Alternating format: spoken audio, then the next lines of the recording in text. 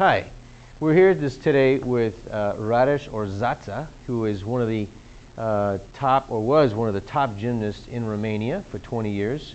Went to many Olympic Games, and he is here now in Las Vegas. He is a great entertainer now in Beatles' Love Show. He's been with Cirque du Soleil for the last 5 years, traveling the world, and for the last 2 or 3 he's been settled in here in Vegas. And Radish came to me. He wants to be a better golfer. He's about a 20 handicap, very similar to a lot of you guys out there and ladies. And he also went down to TaylorMade, as you can see, TaylorMade right here.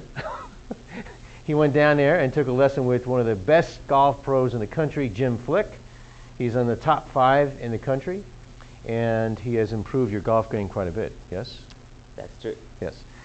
So Radish is going to go through we're going to break down a golf swing to just 2 takeaway and then the forward acceleration part of the swing. Right now we're just going to work on the takeaway. I'm going to show you some limitations that I've seen in the takeaway and that involve the shoulder. So let's just go into your takeaway.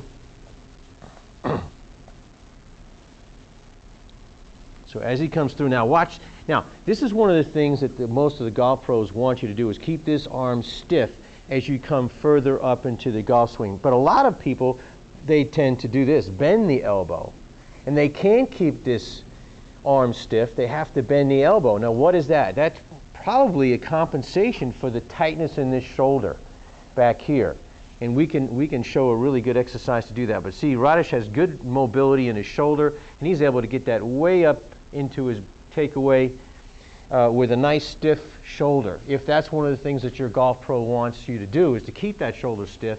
If you can't do that, the elbow straight rather, if you can't do that, it's probably a limitation in your shoulder in terms of range of motion.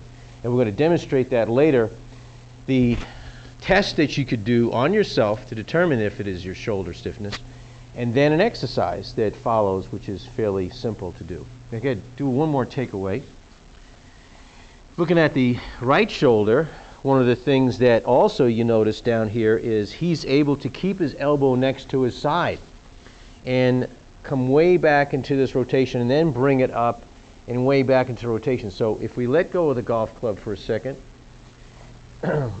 this range of motion down here passively, which means you don't actively do it, has to be there in order for you to do that. Because if it isn't, what happens, you compensate and this elbow flies out and comes up here. And then this range of motion is very important also, just almost like a baseball pitcher.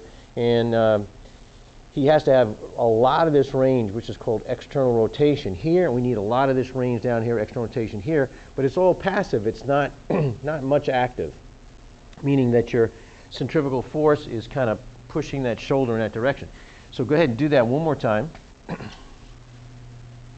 And see how he has nice flexibility.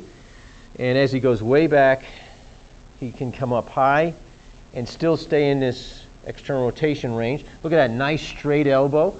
So we know he probably has good flexibility in the back of his shoulder there.